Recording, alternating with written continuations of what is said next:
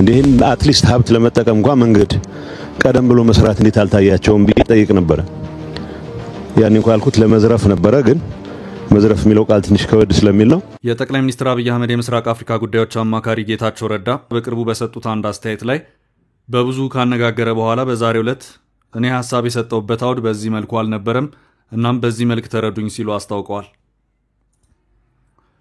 ይህንን ብዙ ያነጋገረ የሶፍ ዑመር ዋሻ አስተያየትን አካተን በዚህ ጉዳይ ምን ምላሽ ሰጡ የሚለውንም ይዘናል መግቢያችን ላይ ተከታተላችሁትም ከዚሁ ጋር የተያያዘው ነው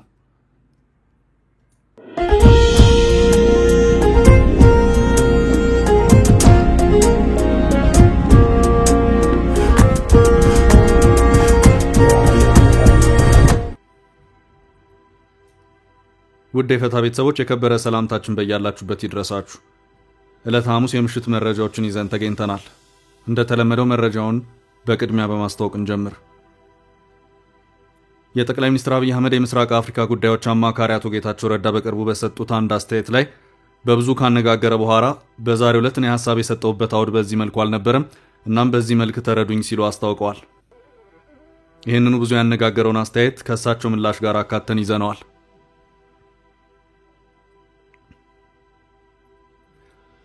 የጀነራሉ የድሮን ድብደባ ማስጠንቀቂያን ተከትሎ በዛሬው ዕለት ለኤርትራ ጥብቅ ማስጠንቀቂያ ተላልፏል ይህ ማስጠንቀቂያ የተሰጠው ከ2000 በላይ ኪሎ ሜትሮችን አቋርጦ የተሰነዘረው የድሮን ጥቃትን ተከትሎ ነው ጥንቅራችን መረጃውን ያደርሳል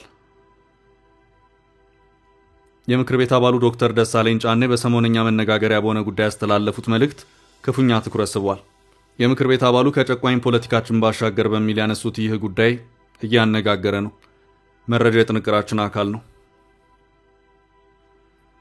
በአውሮፓዊቱ ሀገር ድንበር ከአስክሬን ጋር የተያዙት ኤርትራውያን ስደተኞች ጉዳይ እያነጋገረ ነው ይህንኑ አነጋጋሪ ክስተት በተመለከተ የምናደርሳችሁ መረጃ ይኖራል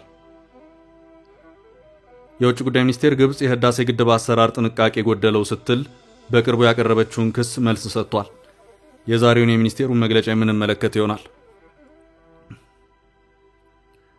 የብር አቅም በወራት ውስጥ ይመለሳል ሲሉ አዲሱ የብሔራዊ ባንክ ገዢ ተናገሩ የብሔራዊ ባንክ ገዢው ኢዮብ ተካልኝ 2/3 አቅሙን ያጣው ብር በቀጣይ ወራት አቅሙ እንዲመለስ ጠብቁ ሲሉ ብሉምበርግ ለተሰኘ ሚዲያ ተናግረዋል መረጃውን አክለናል እስከ ፍጻሜው አብራችሁን ቆዩ የምንለቃቸው ለታይትኩ ዜናዎች እንዲደርሷችሁ ላይክ ሼር ሰብስክራይብ ማድረግ እንዳትረሱ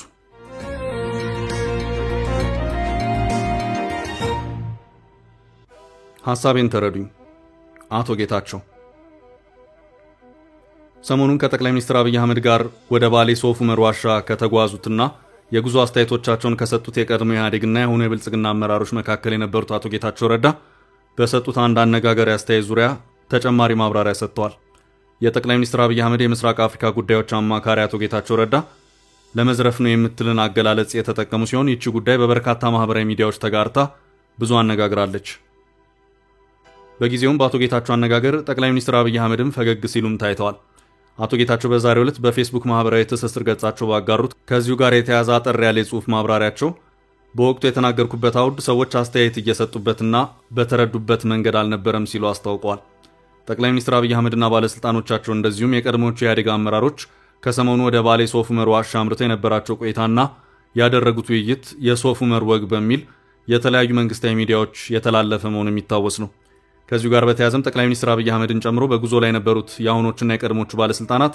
አስተያየቶቻቸውን ሲሰጡም ታይተዋል በዚህ መሃል በቀድሞ ገዢ ፓርቲ ኢህአዴግ ዘመን በተለያዩ መንግስታዊ ኃላፊነት ቦታ ላይ ሲያገለግሉ የነበሩትና በአሁኑ ሰዓትም የጠቅላይ ሚኒስትር አብይ አህመድ የምስራቅ አፍሪካ ጉዳዮች አማካሪ ሆኑት አቶ ጌታቸው ረዳ ከሰጧቸው ረዘም ያሉ ደቂቃዎችን የፈጁ አስተያየቶች መካከል አንደኛው ሐሳብ ተነጥላ በተለያዩ ማህበራዊ ሚዲያዎች በብዙ ማነጋገሯም ነው ምላሽን ያስከተለችው በወቅቱ በባሌ አካባቢ ስላለው የመንገድ መሰረተ ልማት ጉዳይ ማብራሪያ የሰጡት አቶ ጌታቸው በዚሁ ማብራሪያቸውም ባሌ መጨረሻ ጊዜ የመጣሁት ከ13 ዓመታት በፊት ነው ባሌ ለኛ መልክዓ ምድርና ጂኦግራፊ ነው እንጂ ሌላ ነገር የለውም ያን ጊዜ የተመጣው መንገድ ለመመረቅ ነበር በወቅቱም በስንት ዘመን የተሰራች አንድ ብቸኛ መንገድ ነበረች የመጣሁትም በሄሊኮፕተር ነው አካባቢው ሀብታም ምድር መሆኑ የሚያጠራጥር ነገር የለውም ቢያንስ ሀብት ለመጠቀም እንኳን እንዴት ቀደም ብሎ መንገድ መስራት አልታያቸውም ብዬ ጠይቅ ነበር ያን ጊዜ እንኳን ያልኩት ለመዝረፍ ነበር መዝረፍ የሚለው ቃል ትንሽ ከበድ ስለሚል ነው ሲሉም ነበር የተናገሩት ከዚሁ ንግግር ውስጥ ቢያንስ ሀብት ለመጠቀም እንኳን እንዴት ቀደም ብሎ መንገድ መስራት አልታያቸውም ብዬ ጠይቅ ነበር ያን ጊዜ እንኳን ያልኩት ለመዝረፍ ነበር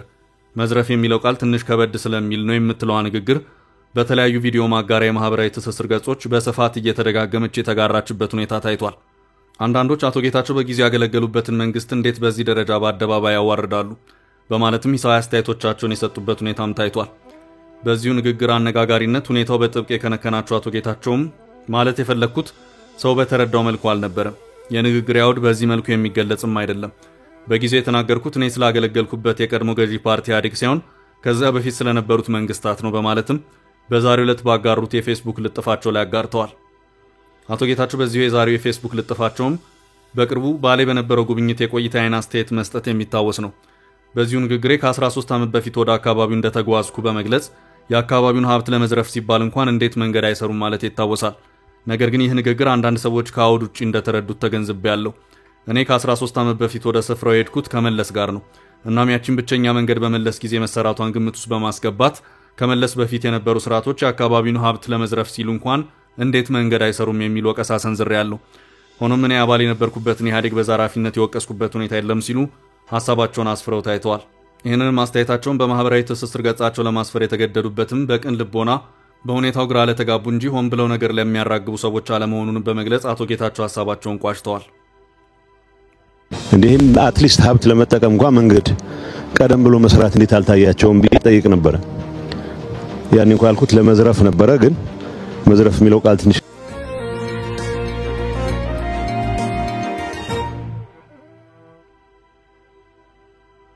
ወደ ቀጣይ መረጃ አለፍን። የጀነራሉ የአስመራው የድሮን ጥቃት ዛቻ። የጀነራሉ የድሮን ድብደባ ማስጠንቀቂያን ተከትሎ በዛሬው ዕለት ለኤርትራ ጥብቅ ማስጠንቀቂያ ተላልፏል። ይህ ማስጠንቀቂያ የተሰጠው ከ2000 በላይ ኪሎ ሜትሮችን አቋርጦ የተሰነዘረው የድሮን ጥቃትን ተከትሎ ነው። ከትላንት በስቲያ በቪዲዮ በተሰራጨ መልእክታቸው የሱዳን ፈጥኖ ደራሽ ኃይል መሪ ጀነራል መሐመድ ሐምዳን ዳጋሎ ወይም ሄሚቲ ከጎረቤት ሀገሮች የሚነሱ የጦር ጀቶችና ሰው አልባ አውሮፕላኖች ላይ ኃይላቸው ጥቃት እንደሚያደርስ ማስጠንቀቃቸው ይታወቃል። የሱዳንን ጦር የሚደግፉ የቀጠናው ሀገራት አውሮፕላን ማረፊያዎች ላይም ጥቃት እንደሚሰነዝሩ ገልጸዋል። ሰራዊታቸው ላይ ጥቃት ለማድረስ ከሱዳን ጎረቤት ሀገሮች የሚነሱ የጦር ጀቶችና ሰው አልባ አውሮፕላኖችን እንደሚመቱ ጀነራሉ ማስጠንቀቃቸው አይዘነጋም። በአፍሪካ ቀንድ ቀጠናዊ ጉዳዮች በዋነኝነት ትኩረት አድርጎ መረጃዎችን የሚያጋራው ጋዜጠኛ ሪች ቴድ በዛሬው ዕለት ይፋ ባደረገው መረጃ የጀነራል ሐምዳን ዳጋሎ ማስጠንቀቂያን ኤርትራ በቸልታ የተመለከተችው ይመስላል ያለ ሲሆን በካርቱም በተከታታይ የተሰነዘሩ ጥቃቶች ከ2000 በላይ ኪሎ ሜትሮችን ያቋረጡ መሆናቸውን ገልጿል። ጋዜጠኛው ይህን ሲያብራራም የሱዳን ፈጥኖ ደራሽ የትላንቱ ጥቃት በኤርትራ የሚገኙ ሁሉም ኤርፖርቶችን ኢላማ ማድረግ እንደሚችል ያመለከተ ነው ሲል አመልክቷል። የጀነራሉ ማስጠንቀቂያ በተለይ ግብጽ ላይ ያነጣጠረ መሆኑ ቢታመንም ከዚህ ቀደም የወጡ አንዳንድ ሪፖርቶች የሱዳን መንግስት የጦር አውሮፕላኖችን ከፈጥኖ ደራሽ ኃይሉ ጥቃት ለመጠበቅ ሲል ከፖርት ሱዳን ወደ ኤርትራዋ መዲና አስመራ ማዘዋወሩን አመልክተው ነበር። ግብጽ የሱዳን ጦርን በማሰልጠንና ሰው አልባ አውሮፕላን በማቅረብ በጦርነቱ መሳተፏ ሲገለጽ ቆይቷል። ጀነራሉ ይህን ማስጠንቀቂያ ከመስጠታቸው አስቀድሞ ባስተላለፉት መልእክት ከግብጽና ኤርትራ ጋር ግንኙነታቸውን የማደስ ፍላጎት እንዳላቸው ገልጸው ነበር። ግብጽ ጎረቤታችን ናት፣ በዚያ ላይ ደግሞ የአባይ ወንዝ ያስተሳስረናል፣ እንዲሁም የጋራ ፍላጎት አለን ሲሉ ለአዲስ ጅማሮ ዝግጁ መሆናቸውን ገልጸው ነበር። በተመሳሳይ ጀነራሉ ኢትዮጵያንና ኤርትራን የተመለከቱ ጉዳዮችን ያነሱ ሲሆን ምንም እንኳን ችግር ያለ ቢሆንም ኤርትራ ከኛ የምትፈልገው ነገር ካለ ዋጋ እንሰጣታለን፣ ኢትዮጵያን ብትሆን እንደዛው ነው ሲሉ ተደምጠዋል። ጀነራል ዳጋሎ ከዚሁ ጋር አያይዘውም ጠቅላይ ሚኒስትር አብይ አህመድን አሞግሰው ንግግር ያደረጉ ሲሆን የሚፈልጉት አመራርም የእሳቸውን ሞዴል የሚከተል መሆኑን አስታውቀዋል። ጀነራሉ ጠቅላይ ሚኒስትር አብይ አህመድን ባሞገሱበት በዚሁ ንግግራቸው ሀገራቸውን ከጦርነት አላቀው ዋና ከተማዋን አዲስ አበባን ዱባይ ያስመስለዋታል ሲሉ ተደምጠዋል። ሄሚቲን መልእክት ካጋሩ በቀናት ልዩነት ውስጥ የጎረቤት ሀገራት ይጠንቀቁ ሲሉ ግብጽና ኤርትራን በጥብቅ አስጠንቅቀዋል።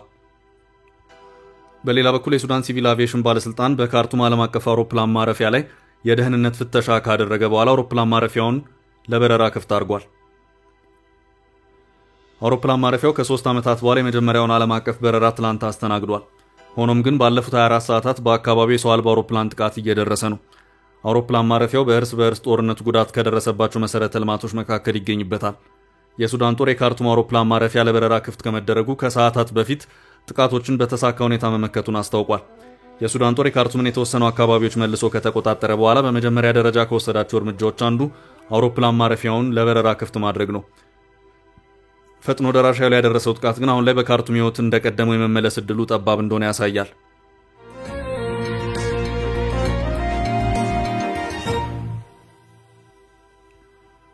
ወደ ቀጣይ መረጃ አለፍን። የዶክተር ደሳለኝ ትዝብት። የምክር ቤት አባሉ ዶክተር ደሳለኝ ጫኔ በሰሞነኛ መነጋገሪያ በሆነ ጉዳይ ያስተላለፉት መልእክት ከፍተኛ ትኩረት ስቧል። የምክር ቤት አባሉ ከጨቋኝ ፖለቲካችን ባሻገር በሚል ያነሱት ይህ ጉዳይ እያነጋገረ ነው። ዶክተር ደሳለኝ በዚህ መልእክታቸው የሀገራችን ፖለቲካ እጅግ የተበላሸ የጨካኝ አረመኔዎችና ሆዳሞች መድረክ መሆኑ ብዙ ተብሎበታል። ከፖለቲካችን ባለፈ የባህል መበስበስ እንደገጠመንም ብዙ ሲባል ሰማለሁ። እንደ ማህበረሰብ የደረስንበትን የመበስበስ ወይም የንቅዘት ደረጃ ለመመልከት ግን የማህበራዊ ሚዲያ በተለይም የፌስቡክና ቲክቶክ አጠቃቀማችንን ብቻ በጥቂቱ መቃኘት በቂ ነው ሲሉ አመልክተዋል።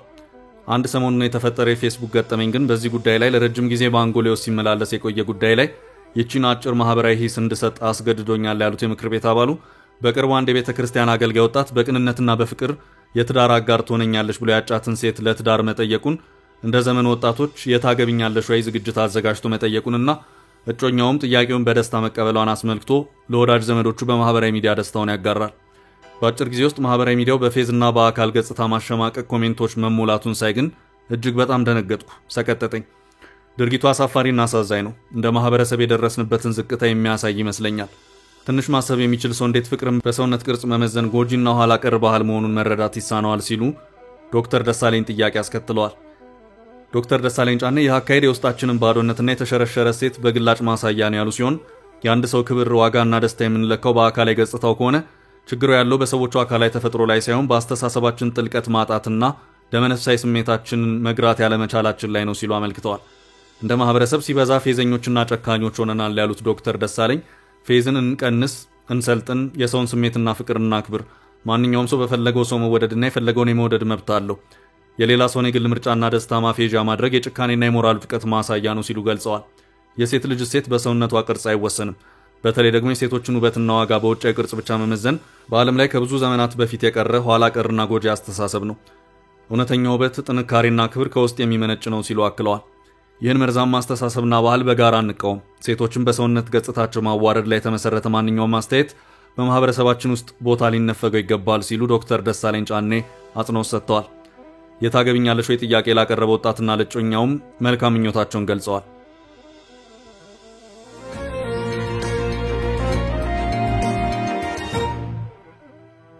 በቀጣይ ርዕስ የኤርትራውያኑ አነጋጋሪው ክስተት።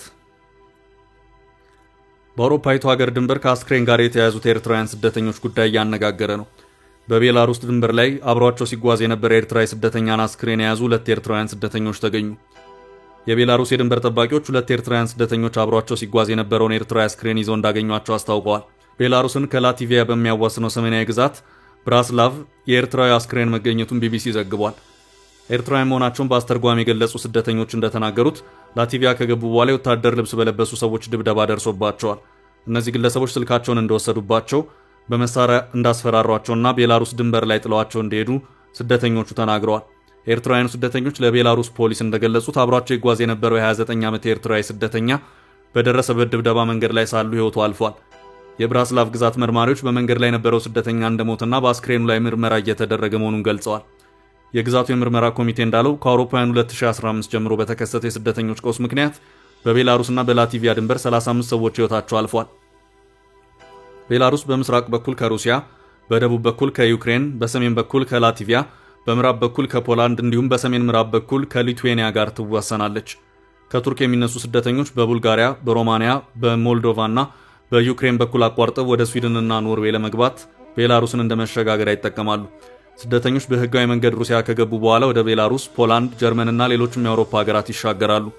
የሜዲትራኒያን ባህርን አቋርጠው በሊቢያ በረሃ ወደ አውሮፓ የሚጓዙ ስደተኞች ለግድያ፣ ለስቅይት እንዲሁም ለገንዘብና ለስነ ልቦና ብዝበዛ እንደሚጋለጡ ዓለም አቀፍ የሰብአዊ መብት ተሟጋቾች ያወጧቸው ተደጋጋሚ ሪፖርቶች ያሳያሉ። በሊቢያ በረሃ ያለውን እንግልት ለመሸሽ ስደተኞች የምስራቅ አውሮፓና የማዕከላዊ አውሮፓን መንገድ እንደ አማራጭ ይጠቀማሉ።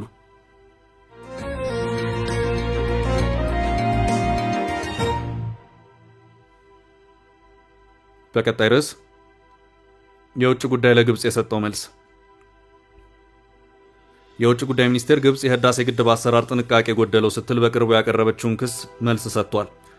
ግብጽ በታላቁ የህዳሴ ግድብ አሰራር ላይ በቅርቡ ያቀረበችው ጥንቃቄ ጎደለው አሰራር ነው የሚለውን ክስ ማሰማቷን ተከትሎ የኢትዮጵያ የውጭ ጉዳይ ሚኒስቴር በዛሬው መግለጫው የግብጽ ክስ ከእውነት የራቀ ስለመሆኑ ገልጿል። ሚኒስቴሩ በመግለጫው የግድቡ አሰራር በዓለም አቀፍ ደረጃ ተቀባይነት ባገኙ የደህንነት ደረጃዎች በተረጋገጡ የውሃ ፍሰት ሞዴሎችና በክልላዊ ትብብር መርሆች እንደሚመራ አጽንኦት ሰጥቶበት ተናግሯል። የግብጽ የውሃና ሀብት መስኖ ሚኒስቴር የኢትዮጵያን እርምጃ አንድ ወገን የወሰነው እርምጃና የዓለም አቀፍ ሕግን የጣሰ ሲል በይፋ ቢከስም ኢትዮጵያ ደግሞ ይህ የይገባኛል ጥያቄ እውነታውን የሚያዛባ ነው በማለት በጥብቅ ውድቅ ስታደርግ መቆየቷ ይታወሳል።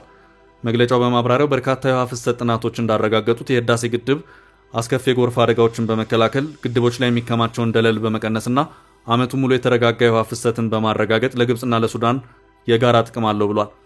በተጨማሪም ጥናቶቹ ግድቡ የውሃ አቅርቦትን በማረጋጋት በአፍሪካ ቀንድ ድርቅ የሚያስከትለውን ጉዳት ይቀንሳል ብሏል። ኢትዮጵያ የህዳሴ ግድብ ስራ ከተጀመረበት ከ2011 ዓ.ም ጀምሮ ከሱዳንና ከግብጽ ጋር ለመተባበር ፍቃደኛ መሆኗንና በግልጽ ማሳየቷን የውጭ ጉዳይ ሚኒስቴር በመግለጫው አስታውቋል። ነገር ግን ካይሮ ጉዳዩን ወደ ተባበሩት መንግስታት የጸጥታው ምክር ቤት ለመውሰድ ያደረገችው ተደጋጋሚ ሙከራ ቢኖርም አዲስ አበባ የአፍሪካ ችግሮች በአፍሪካውያን መፍትሄ በሚለው መርህ ላይ በመመስረት የአፍሪካ ህብረት ኤዩ የሚመራው ውይይት ለድርድር ትክክለኛው መድረክ መሆኑን ታምናለች ሲል አቋሙን አሳውቋል። ከምንም በላይ ኢትዮጵያ፣ ሱዳንና ግብጽ በታሪክ በባህልና በመልክዓ ምድራዊ አቀማመጥ ለዘመናትና ለትውልድ በአባይ ወንዝ የተሳሰረው የጋራ ዕጣ ፈንታ እንዳላቸው ኢትዮጵያ ታምናለች ብሏል ሚኒስቴሩ። ስለሆነም ታላቁ የህዳሴ ግድብ የመከፋፈል ምንጭ ሳይሆን ለክልላዊ ውህደት፣ ለኃይል ትብብርና ለጋራ ብልጽግና ማሳያ ሆኖ ነው መታየት ያለበት ሲል ገልጿል። ኢትዮጵያ አሁንም በሱዳንና በግብጽ ካሉ ወንድሞቿና እህቶቿ ጋር የአባይን ወንዝ ዙሪያ በጋራ ለመስራት ዝግጁ ነች ሲልም በመግለጫው አስታውቋል።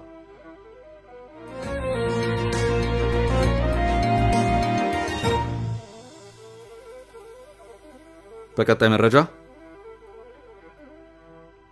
የብር አቅም በወራት ውስጥ ይመለሳል። የብሔራዊ ባንክ ገዢ ከሰሞኑ ብሔራዊ ባንክ ያወጣውን የዶላር ጨረታ ተከትሎ $1 148 ብር መድረሱ እያነጋገረ ነበር። የብር አቅም እየተዳከመ መሄድም ባለሙያዎችን አደባባይ ወጥተው እንዲናገሩ ያደረገ ነው።